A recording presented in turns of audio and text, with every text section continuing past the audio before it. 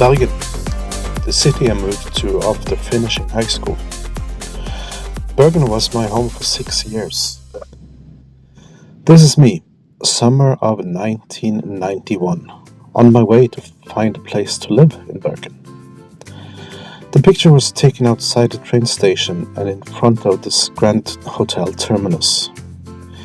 In 1991, I didn't have the money to stay at the Grand Hotel terminus. Back then, I stayed on a mattress on the floor at the YMCA hostel. I love hotels with a history. In 1991, the Grand Hotel terminus was a temperance hotel. It isn't anymore. It wasn't either in 1928 when the hotel had its 15 minutes of fame in the world press.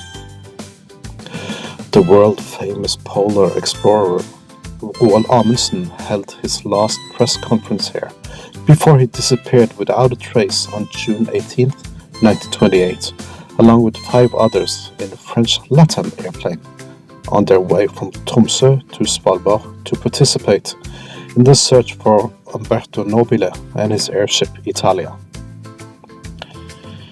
Now, in 2024, 33 years after I stood with my backpack outside the terminus, I had an opportunity to check it out. I've stayed in a variety of hotels, both in Norway and abroad. Some have been exclusive, some have been quite shabby, but I always look for the thing that separates the hotel from the common crowd. In 1928, Amundsen checked in to room 510 and enjoyed a whiskey at the bar before going to bed. One afternoon in March 2024, after a day of business meetings and a mandatory dinner, I checked into the Grand Hotel terminus and I sat down at the bar.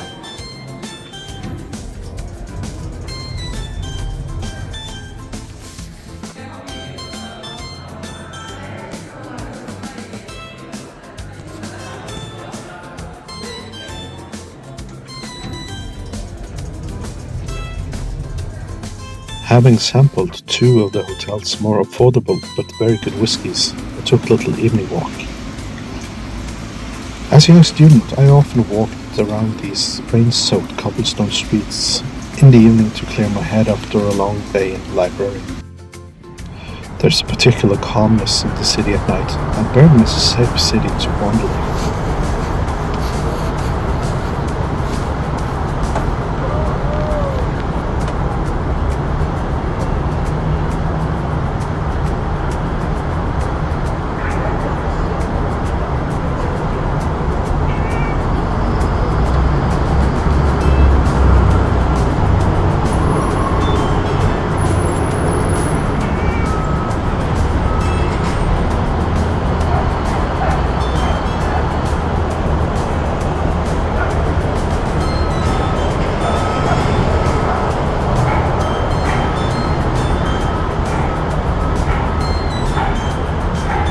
I ended the evening with a visit to the train station, just because I like train stations.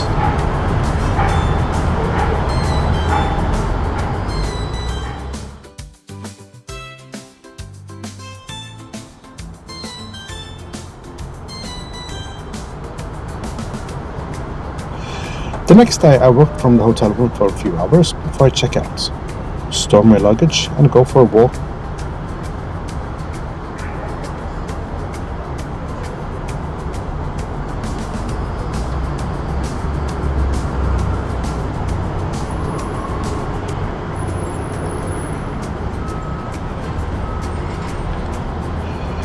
I only lived in this house for a few months.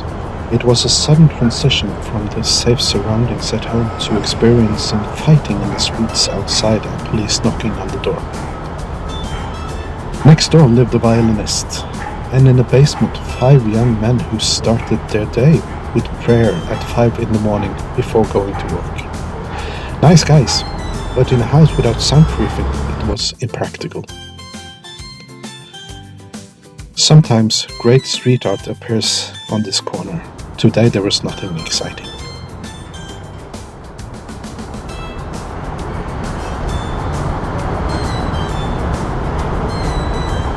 This was once a heavily trafficked street. but with many interesting immigrant shops and thrift stores. Looks like gentrification has begun here too. It never ceases to amaze me how parks and green spaces are so meticulously designed that people no longer stop and enjoy them. The parks just become a green backdrop for today's transportation routes. I like parks where I can sit down, at least in the summertime.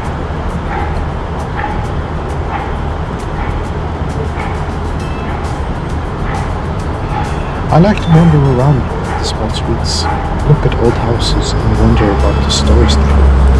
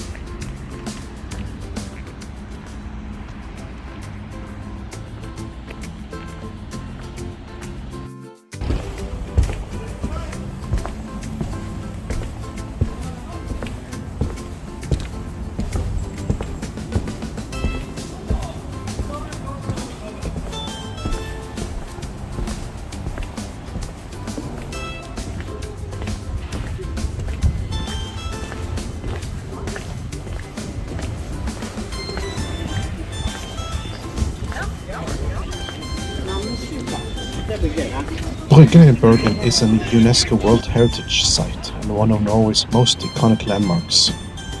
Dating back to medieval times, Bryggen's colorful wooden buildings line the historic harbor, showcasing the city's rich maritime history. Some of these buildings, known as Hanseatic houses, once served as offices, storehouses, and living quarters for German merchants, known as the Hanseatic League. Today, Bryggen have its narrow alleyways filled with shops, galleries, cafes, and restaurants. Visitors can explore the area's charming cobblestone and boardwalk alleys and visit museums here. And the summer is swarmed with tourists.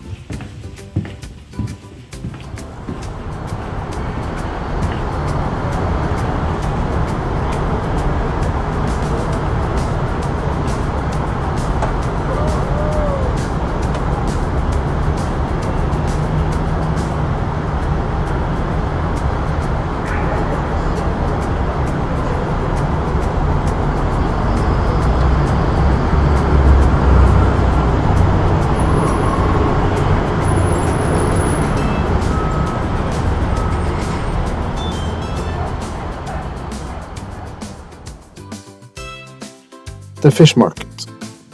The first mentioning of the fish market is from 1278, and today's food hall have come a long way since then. The traditional Bergen outdoor fish market is more a tourist attraction than anything else, but on a nice summer day it's fun to go around and watch. This afternoon, however, only the food hall was open.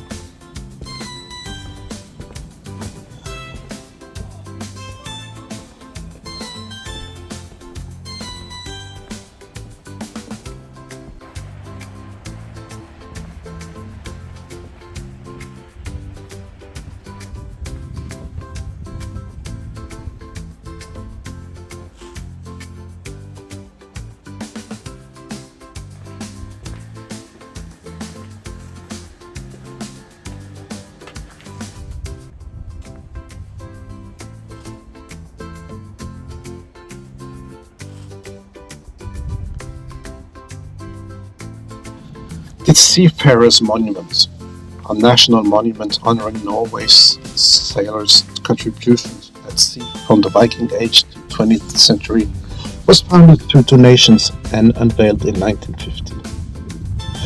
In the maritime city of Bergen, it was evident that the memorial dedicated to this important and honorable profession needed a prominent place in the city. Expressed in the form of 12 robust sailor statues in bronze, and towering above them 8 reliefs of 2 heights, providing additional insights. Like all good pieces of art, also this monument is under almost constant discussion and debate. Like, where are the women?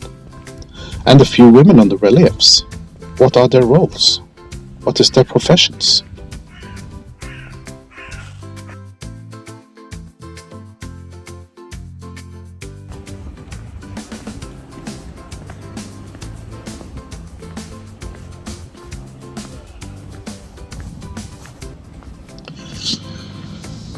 St. Jürgen, or St. George Hospital, was first mentioned in 1411. St. George was a hospital for lepers until the middle of the 20th century. The last patients died here in 1946. The present-day buildings date back to the 18th century and was rebuilt after a big city fire in 1702. In many parts of the world, leprosy is commonly known as Hansen's disease, after the Norwegian physician Gerhard Armauer Hansen, who discovered the leprosy bacillus in Bergen in 1873.